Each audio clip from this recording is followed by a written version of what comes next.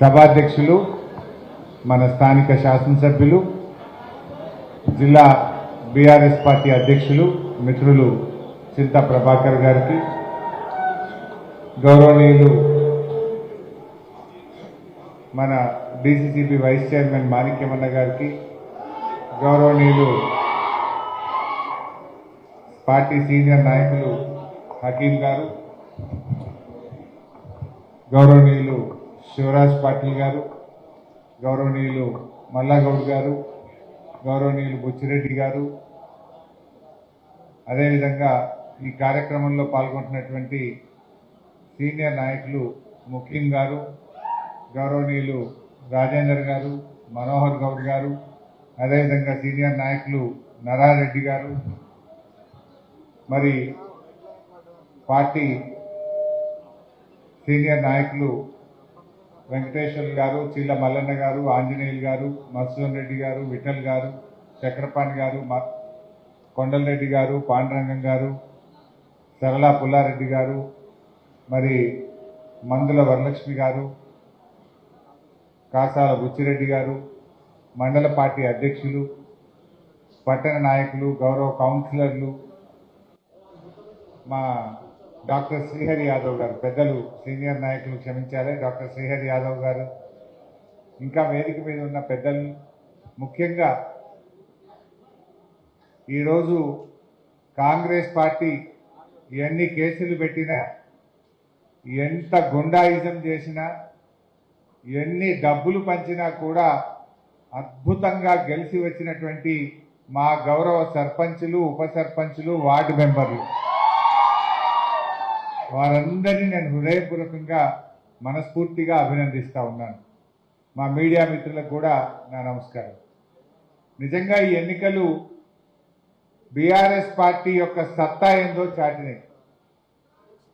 Car జోరు, కాంగ్రెస్ బేజారు. ఎందుకు ఈ మాట అంటున్నా అంటే ఎప్పుడైనా రూలింగ్ పార్టీ, ఇప్పుడు మనం కూడా 2 సార్లు గవర్నమెంట్లు ఉన్నాం, అంతకుముందు కూడా కాంగ్రెస్ ఉండే, తెలుగుదేశం ఉండే. ఎప్పుడైనా లోకల్ బాడీ ఎలక్షన్లు, సర్పంచ్ ఎలక్షన్లు అనేవి రూలింగ్ పార్టీ 90 పైసలు గెలుస్తుంది, ప్రతిపక్షం 10 పైసలు గెలుస్తుంది. కానీ ఈసారి ఏమైంది, మనం 40%, 4,000కు పైగా సర్పంచులు ఇవాళ బీఆర్ఎస్ పార్టీ గెలిచింది. 4,000కు పైగా గెలిచినాం. అఫ్ కోర్స్ రేవంత్ రెడ్డి కథ వేరు, మంది పుట్టిన బిడ్డ కూడా నా బిడ్డనే అంటాడు, ముద్దు పెట్టుకుంటాడు. ఈ కేసు వేరే కేసు ఇది. ఎందుకంటే మొన్న లెక్కలు చెప్పిండు, ఇప్పుడు మనము గెలిచిన సర్పంచులు కూడా ఆయన ఖాతాల్లో వేసుకున్నాడు. ఇప్పుడు సంగారెడ్డిలో మనం 34 గెలిచినాం, కానీ రేవంత్ రెడ్డి ఏమంటాడంటే సంగారెడ్డిలో మనం 25 గెలిచినాం, 29 గెలిచినాం అంటాడు. ఇళ్ళే కూడా అల్లే కలుపుకుంటాడు. అన్ని కాన్స్టిట్యూన్సీలు అట్లనే చేసిండు. సరే, రేవంత్ రెడ్డి సంగతి మనకు తెలియదు ఏం కాదు. అబద్ధాలు ఆడడంలో రాజకీయాల్లో భవిష్యత్ అనే నోబెల్ ప్రైజ్ ఎవరికైనా ఇస్తే అది రేవంత్ రెడ్డికి వస్తుంది. నంబర్ 1 జూటా కోర్. ఒక్కటే సరిగా మాట్లాడతాడా? ఇప్పుడు సర్పంచ్ ఎన్నికల్లో నువ్వు గెలిచిందే 50% లోపల, ఏమంటాడు, నేను 66% గెలిచినా, ఇక మళ్ళా తాప కూడా మాదే గవర్నమెంట్ వస్తుంది అంటాడు. నువ్వు 66% సర్పంచులు గెలిస్తే మళ్ళా గవర్నమెంట్ వచ్చేది ఉంటే, పోయిన తాప మరి బీఆర్ఎస్ పార్టీ 90% సర్పంచులు గెలిచింది, మరి మా గవర్నమెంట్ రాలే కదా. అంటే మనము 90% గెలిస్తే మనకు 39 మంది ఎమ్మెల్యేలు గెలిచిండ్రు. 66% గెలిచిన రేవంత్ రెడ్డికి ఎన్ని వస్తాయి? 10, 12 వస్తాయి. 10, 12 ఎమ్మెల్యేలు వస్తాయి. గవర్నమెంట్ బీఆర్ఎస్ వస్తుంది పక్క. నువ్వు చెప్పిన సూత్రమే నీకు చెప్తున్నా, అంతే కదా. ఇప్పుడు పోయిన తాప 10 జిల్లా పరిషత్లకు 10 మనమే గెలిచినాం. 33 జిల్లా పరిషత్, 30 జిల్లా పరిషత్లు ఉంటే 30 మనమే గెలిచినాం. 149 మున్సిపాలిటీలు ఉంటే 145 బీఆర్ఎస్ గెలిచింది. 10కి 10 డీసీసీబీలు బీఆర్ఎస్ గెలిచింది. మరి అప్పుడే మనకు 39 వచ్చినాయి. మరి నీకు 66 వచ్చింది. నీకు వచ్చింది 50 లోపలనే, కానీ రేవంత్ రెడ్డి చెప్పుకుంటుంది 66. మరి నీకు మొత్తం వచ్చేది 10, 12 ఎమ్మెల్యేలు, జనగణ రావు. మళ్ళీ అందరూ ప్రజలు కూడా మాకు కేసీఆర్ ముఖ్యమంత్రి కావాలని ఇలా ప్రజలందరూ కూడా ఎదురు చూస్తా ఉన్నారు. నీ మొబైల్కి ఎరువులు ఇచ్చే కేవలం కూడా ఇప్పుడు పంట పండాలంటే ఏం కావాలి? నీళ్లు కావాలి, కరెంటు కావాలి, ఎరువులు కావాలి. కానీ రేవంత్ రెడ్డి ఏమంటుండు, యాప్లు కావాలి, మ్యాప్లు కావాలి. యాప్ ఇవాళ స్టార్ట్ చేసిండు. ఎరువు బస్తాలు కావాలంటే రైతు నిలబడి యాప్లో కొట్టుకుని యాప్లో కొట్టి ఇప్పుడు ఒక సంచిస్తాం, నెలకు ఒక సంచిస్తాం, మళ్ళీ 3 నెలలకు ఒక సంచిస్తాడు. ఇక సంచి తిరగాలి మాకు. ఇట్లా చేస్తే వ్యవసాయం మొక్కలు పట్టదా? నీ మొగాడు చెప్పిన వ్యవసాయం చేసినా రేవంత్ రెడ్డి. రైతు కష్టం, రైతు విలువ నీకు తెలుసా? కేసీఆర్ గారు తన హయాంలో ఎరువులు ఫుల్లు, కరెంటు ఫుల్లు, నీళ్లు ఫుల్లు, పెట్టుబడికి టైంకు పైసలు ఇచ్చింది. రేవంత్ రెడ్డి వచ్చినాక 2 సార్లు రైతు బంధు ఎగ్గొట్టిండు. కరెంటు 14 గంటలు వస్తలేదు. ఎరువుల కోసం లైన్లలో నిలబడి రైతులు మోసపడుతున్నటువంటి పరిస్థితి. ఈరోజు యాప్ల కోసం లైన్లో నిలబడితే చాలా చోట్ల టెక్నికల్ ప్రాబ్లం పడుతున్నారు. యాప్ ఓపెన్ అయితే లేదు. ఇక రైతులు యాప్ల కోసం లైన్లో నిలబడమే. రేవంత్ రెడ్డి నువ్వు ఏం చేస్తున్నావు? సీదా ఎందుకు ఈ యాప్ లేదు, ఈ లైన్లో నిలబడలేదు, ఈ రైతుని కోసం అడుగుతా. కేసీఆర్ గారు ఉన్నప్పుడు మీకు తెలిసి మీ ఊళ్ళ సదాశివపేట మండలం కానీ, కొండాపూర్ మండలం కానీ, కాటి మండలం కానీ, సంగారెడ్డి రూరల్ కానీ మీ ఊళ్ళకే రాకపోతున్నాం. ఆటో కిరాయి లేదు, హమాలి కిరాయి లేదు. రైతంగా సంగారెడ్డికి సదాశివపేట కావద్దు, మీ ఊరికే ఎరువులాంటి పంపిణమా లేదా అని అడుగుతాం. మీ ఊరికే వచ్చింది. హమాలి కిరాయి లేదు, ఆటో కిరాయి లేదు, రైతులు లేదు. రైతుల ఊళ్ళకే ఎరువుల లారీ పంపిండు కేసీఆర్. కానీ ఎలా రేవంత్ రెడ్డి వచ్చిన ఎరువు బస్తాల కోసం వచ్చి సంగారెడ్డి యాప్లెస్ కోసం లైన్లు నిలబడాలి. కోఆపరేటివ్ పిఎస్సిఎస్ ఆఫీసుల ముందు లైన్లో నిలబడాలి. ఈ పరిస్థితి ఈరోజు ఏర్పడ్డది. చాలా దుర్మార్గం. పోయిన యాత్రకి బోనస్ ఎగ్గొట్టిండు, 2 పంటలకు రైతు బంధు ఎగ్గొట్టిండు, రుణమాఫీ ఎగ్గొట్టిండు పుణ్యాత్ముడు. ఇప్పుడు ఎరువులు చేసినట్టు అయితే అందుకే మీకు అర్థమైందో లేదో ఎలక్షన్లు పెట్టినట్టు భయపడు. మన మున్సిపాలిటీ టైం అయిపోయి ఏడాది పెడుతుండే ఎలక్షన్. జడ్పీ టైం అయిపోయి ఏడాది అర్థం 2 ఏళ్ళు అయింది. ఎందుకు పెట్టలేవు ఎలక్షన్ అంటే ఆయనకు అర్థమైంది. కారు గుర్తు కనబడితే కేసీఆర్ యాడికి వస్తాడు. ఇప్పుడు సర్పంచ్ ఎన్నికల్లో కారు ఉండదని పెట్టిండు, ఏ పార్టీ సింబల్ ఉండదని పెట్టిండు, ఎవరు గెలిచినా మావో వేరే కలుపుకుంటా అని పెట్టిండు.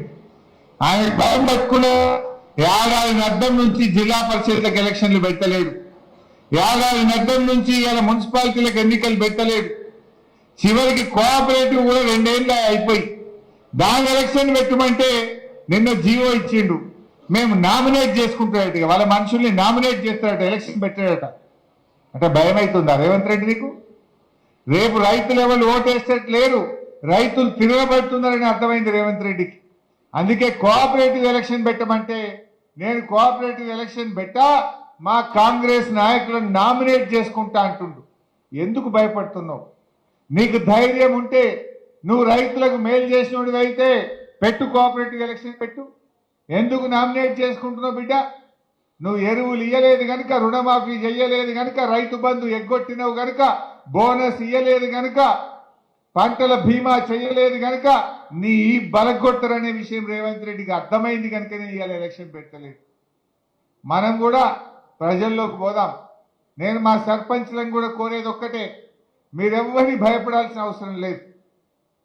ఎందుకంటే ఆర్థిక సంఘం డబ్బులు, 15వ ఆర్థిక సంఘం డబ్బులు 85% డబ్బులు ఢిల్లీ నుంచి గల్లీకి డైరెక్ట్ మీ సర్పంచ్ అకౌంట్లోకే వస్తాయి డబ్బులు.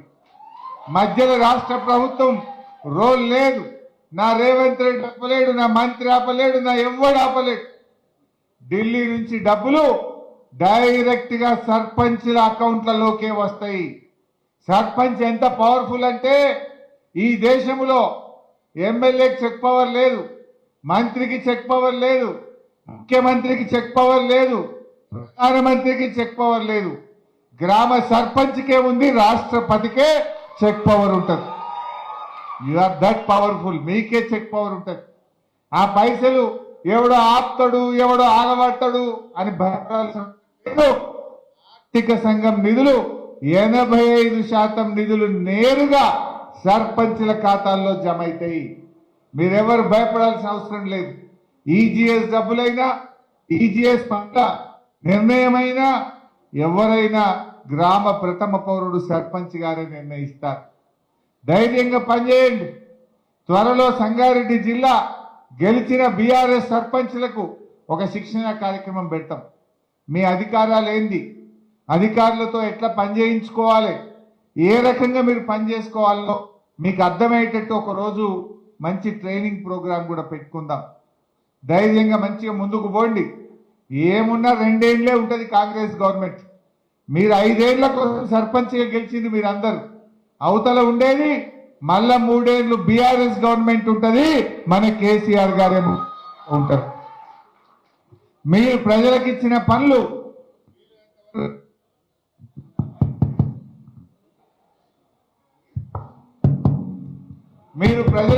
పనులు వీలైనంత వరకు చేయండి, కష్టపడండి. ఏమన్నా మిగిలిపోతే మళ్ళా బీఆర్ఎస్ గవర్నమెంట్ రాగానే నేను దగ్గరుండి నేను మీ పనులు ఏమన్నా ఉంటే నేను చేయించే బాధ్యత తీసుకుంటా. ప్రభాకర్ అని ఉంటాడు, నేనుంటా. మీరు ఎన్ని వీలైతే అన్ని చేయండి. ప్రజలకు ఏమన్నా మాట ఇచ్చి కొన్ని మిగిలిపోతే కూడా 2 ఏళ్ల తర్వాత మళ్ళీ మన బీఆర్ఎస్ గవర్నమెంట్ వస్తుంది. ఏమన్నా పనులు ఉంటే కూడా నేను తప్పకుండా చేయిస్తా. మీరు అది స్విచ్ ఆఫ్ చేయబిడ్డ, డిస్టర్బ్ చేయకుండా. బంద్ పెడితే లొల్లి ఉండదు. ఒక 5 నిమిషాలు ఎక్కువ మాట్లాడదు, వాళ్ళకి సన్మానం చేద్దాం. సో నేను దగ్గరుండి మీ పనులు ఏమన్నా ఉంటే నేను పూర్తి చేయించే ప్రయత్నం చేస్తా. మీరెవరు కూడా బాధపడద్దు, చక్కగా పనిచేయండి. మీకు ఏ ఇబ్బంది రాదు. మంచి ఎమ్మెల్యే గారు ఉన్నారు. మేమందరం కూడా మీకు అండగా ఉంటాం. సర్పంచ్గా ప్రజలకు అందుబాటులో ఉండి ప్రజల్లో తలలో నాలుకలాగా ఉండాలి. కొంతమంది ఓడిపోయిన తమ్ముళ్ళు కూడా బాధపడద్దు. ఇప్పుడు నా దృష్టిలో అయితే ఓడిపోయిన వాళ్లకు భవిష్యత్తు ఉంటుంది, గెలిచిన వాళ్లకు బాధ్యత ఉంటుంది. ఎందుకు ఈ మాట అంటున్నా అంటే, ఈ తాప గెలిచిన సర్పంచులు చూసినా నేను. పోయిన తాప ఓడిపోయిన వాళ్ళు చాలా మంది ఇప్పుడు గెలిచారు. ప్రజలకు సింపతియో పాపం అనుకున్నారో, పోయినసారి ఓడగొట్టినామనుకున్నారో, ఈ తాప చాలా మంది ఓడిపోయిన వాళ్ళు మళ్ళీ సర్పంచులు చేసింది. అంటే ఓడిపోయిన వాళ్ళకేమో భవిష్యత్తు ఉంటుంది, గెలిచిన వాళ్ళకేమో బాధ్యత ఉంటుంది. ప్రజలకు మిమ్మల్ని నమ్మి మీ మీద ఎంతో విశ్వాసంతో మిమ్మల్ని గెలిపించింది కనుక పొద్దున్న లేవంగానే ఏముంటాయి, ముఖ్యంగా శానిటేషన్, చెత్త సరిగా. ఇప్పుడు కేసీఆర్ గారు మంచిగా ట్రాక్టర్లు కొనిపెట్టిండ్రు ప్రతి గ్రామ పంచాయతీకి. రోజు చెత్త ఎత్తి శుభ్రంగా గ్రామ పంచాయతీలు ఉంచాలి. చెట్లను బాగా పెట్టండి, పెట్టిన చెట్లను కాపాడండి. వీధి దీపాలన్నీ వెలుగుతున్నాయా లేవా చూడండి. మంచినీళ్ళ నల్లా ప్రతి ఒక్కరికి వస్తుందా లేదా, ప్రతిరోజు నీళ్ళు వస్తున్నాయా లేదా చూడండి. ఒకప్పుడు సర్పంచ్ల కంటే నీళ్లకు పెద్ద గోసుండే, కానీ ఇప్పుడు కేసీఆర్ గారి పాలన తర్వాత మిషన్ భగీరథ కింద ఇంటింటికి మంచిగా త్రాగునీరు వస్తూ ఉంది. ప్రతి ఊరికి ట్రాక్టర్ వచ్చింది. ప్రతి ఊర్లో డంప్ యార్డ్ కట్టి పెట్టిండ్రు. వాటిని మంచిగా నిర్వహించండి. రోజుకోసేపు గ్రామ పంచాయతీలో కూర్చోండి. పర్మిషన్ల కోసం కానీ ఏదైనా పనుల కోసం వచ్చే ప్రజలకు మీరు మంచిగా సాయం చేయండి, ప్రేమతో మాట్లాడండి. మనం గెలవంగానే ఏమో అయిపోయినాం అనుకోవద్దు. మన మాట మారద్దు, మన బట్టలు మారద్దు, మనం ఏం మారద్దు. ఎదిగితే ఒదగాలంటారు. మనిషి పదవి వచ్చినప్పుడు ఇంకా ఒదగాలి, ఇంకా ఓపిక తెచ్చుకోవాలి, ఇంకా ప్రేమతో మాట్లాడాలి. నిన్నటిదాకా మనం పోయి దండం పెట్టినాం, ఓటు అడిగినాం, గెలవంగానే మారిపోతామా? గెలిచినాక కూడా కులం పెద్ద మనిషి కనబడ్డా, వయస్సులో పెద్దవాళ్ళు కనబడ్డా అదే మర్యాద ఇవ్వండి, నమస్కారం పెట్టండి, మంచిగా మాట్లాడండి, చిరునవ్వుతో పలకరించండి. మీకు మంచి పేరు వస్తుంది. పనులు అయినంత వరకు చేస్తాం. ఏదైనా పెండింగ్లో ఉంటే కూడా అర్థమయ్యేటట్టు కూడా వాళ్ళకి చెప్పాలి. ఇప్పుడు కాదు, ఇప్పుడు అవుతుందమ్మా, తప్పకుండా చేస్తామని చెప్పే ప్రయత్నం చేయండి. ఎమ్మెల్యే గారి దృష్టికి తీసుకురండి, మంచిగా పనులు చేసే ప్రయత్నం చేద్దాం. ఇవాళ రేవంత్ రెడ్డి ఎట్లయిపోయిందంటే అంతా దుబారా. మొన్న ఫుట్బాల్ ఆడండి, చూసిరా? ఎవరి కోసమే ఫుట్బాల్ అది? ఈయన మనుమడి షోకు తీర్చుకోవడం కోసం 100 కోట్ల రూపాయలు ఖర్చు పెట్టిండు. నువ్వు ఫుట్బాల్ ఆడితేంది, నువ్వు ఏం ఆడితే మాకేందా రేవంత్ రెడ్డి? సింగరేణి కాలనీస్ 10 కోట్ల రూపాయలు తీసుకుపోయి ఫుట్బాల్ మ్యాచ్కు పెట్టిండు. గవర్నమెంట్ ఖజానాకెళ్ళి ఈయన నేర్చుకోవడానికి 5 కోట్లతో స్టేడియం కట్టుకున్నాడు ఒక్కడే. 5 కోట్లు పెట్టి ఈయన సొంతం స్టేడియం కట్టిండు గవర్నమెంట్ పైసలతో. నీ సొంతం పైసలతో కట్టుకో. గవర్నమెంట్ డబ్బులతో ఇలా స్టేడియం కట్టిండు రేవంత్ రెడ్డి. సిఎస్ఆర్ నిధులు 100 కోట్ల రూపాయలు ఖరాబ్ చేసిండు. అరే గా సింగరేణి 10 కోట్లుంటే ఆనాడు కేసీఆర్ ఏం చేసిండు? సింగరేణి సిఎస్ఆర్ డబ్బులను స్కూళ్లు కట్టించిండు, రోడ్లు వేపించిండు, మెడికల్ కాలేజీ పెట్టించిండు కేసీఆర్. రేవంత్ రెడ్డి ఏం చేస్తుండు? సింగరేణి డబ్బులు తీసుకుపోయి నేను నా మన్మడు ఫుట్బాల్ ఆడటం మీరంతా చూడుండ్రి అంటాడు. నీ మన్మడు నువ్వు సొంత పైసలతో ఆడుకో, ఎవడద్దంటుండు? నువ్వు గవర్నమెంట్ సొమ్ముతోని ఫుట్బాల్ ఎట్లా ఆడతావు? సింగరేణి సిఎస్ఆర్ తోని కేసీఆర్ మెడికల్ కాలేజీ పెట్టి డాక్టర్లను తయారు చేసిండు కేసీఆర్. సింగరేణి డబ్బులతో కేసీఆర్ మంచి మంచి ప్రభుత్వ పాఠశాలలు కట్టిండు, మంచి మంచి రోడ్లు వేసిండు. కానీ రేవంత్ రెడ్డి ఏమో ఆయన షోకులు తీర్చుకుంటుండు. మీరు గమనించిందో లేదో, కేసీఆర్ ఏమో ప్రాజెక్టులు కట్టాలి, ఇంటింటికి నల్ల నీళ్లు ఇవ్వాలి, ప్రతి ఊర్లో డంప్ యార్డ్ కట్టాలి, ప్రతి ఊరికి ట్రాక్టర్ కొనాలి, ప్రతి మండల కేంద్రానికి డబుల్ రోడ్ వేయాలి, కొత్త జిల్లాలు చేయాలి, కొత్త మెడికల్ కాలేజీలు చేయాలని కేసీఆర్ పనిచేసిండు. రేవంత్ రెడ్డి ఏం చేస్తుండు? అందాల పోటీలు పెట్టాలి, ఫుట్బాల్ మ్యాచ్లు ఆడాలి, గ్లోబల్ సమ్మిట్లు పెట్టి షోకులు కొట్టాలి, ఢిల్లీకి హైదరాబాద్కు గాల్ల చక్కర్లు కొట్టాలి. ఇది రేవంత్ రెడ్డి చేస్తున్నది.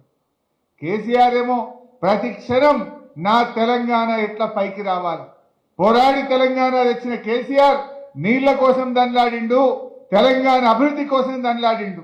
ఈ అందాల పోటీలు పెట్టి 100 కోట్లు ఖర్చు పెట్టి రేవంత్ రెడ్డి, ఈ అందాల పోటీలతో మనకేమైనా వచ్చిందా? అది ఎవరికన్నా? ఈ ఫుట్బాల్ మెస్సీతోని మనకేమైనా వచ్చిందా? ఈ మెస్సీ ఎవరికి కావాలి? ఈ అందాల పోటీలు ఎవరికి కావాలి?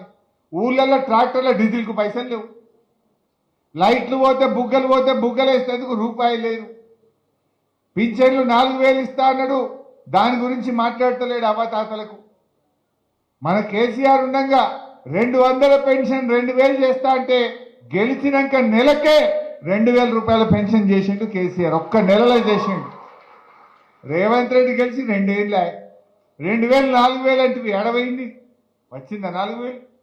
అక్క చెల్లెలకు మహాలక్ష్మి 2500 అన్నాడు, 2 ఏళ్ళైనా మహాలక్ష్మి దిక్కే లేదు. మహాలక్ష్మి రాదు, 4000 పింఛన్ రాదు, అన్ని మోసం. 2 లక్షల ఉద్యోగాలని పిల్లల్ని మోసం చేసిండు. ఇక పైకేమో అంత అర్థమైపోయింది ఆయనకు. అంతా ఇప్పుడు ఏంటంటే డబ్బా ప్రచారం. ఇక రైజింగ్ సీఎం అంటుండు. ఈయన రైజింగ్ సీఎం కాదు, ఫ్లయింగ్ సీఎం 61 సార్లు ఢిల్లీ పోయిండు. రైజింగ్ ఏం లేదు, అంతా ఫ్లయింగే, ఉత్తమ మాటలు. ఇలా ప్రజలు ఇంకా యూరియా కూడా సరఫరా చేయలేని చేతగాని దద్దమ్మ ప్రభుత్వం కదా. ఎరువు బస్తాలకు ఇబ్బంది అయిందా లేదా? మొన్న అయిందా లేదా? ఇప్పుడేందే మళ్ళీ యాప్ పెట్టిండట. యాప్ ఇవాళకెళ్ళి యాప్లో పెట్టు అంటే ఆ యాప్ వస్తే లేతలేదు, అది వస్తనే లేదు. యాప్ టెక్నికల్ ప్రాబ్లం అంటుంది. ఇక ఇట్లున్నది రేవంత్ పాలన. ఈ యాప్ ఎందుకు, ఈ లైన్లు ఎందుకు? కేసీఆర్ పంపినట్టు సపరేట్గా ఊరుకో లారీ పంపరాదా? అమాలి కిరాయి తప్పుతుంది, ఆటో కిరాయి తప్పుతుంది, ఈ చాయ్ టిఫిన్ పానీ ఖర్చు తప్పుతుంది. ఎవరులే వాళ్ళకి బస్తాలు ఇయ్యే చేత కాకపోతే ఎందుకు? నువ్వు కొత్తగా చేసేది ఏమద్దు.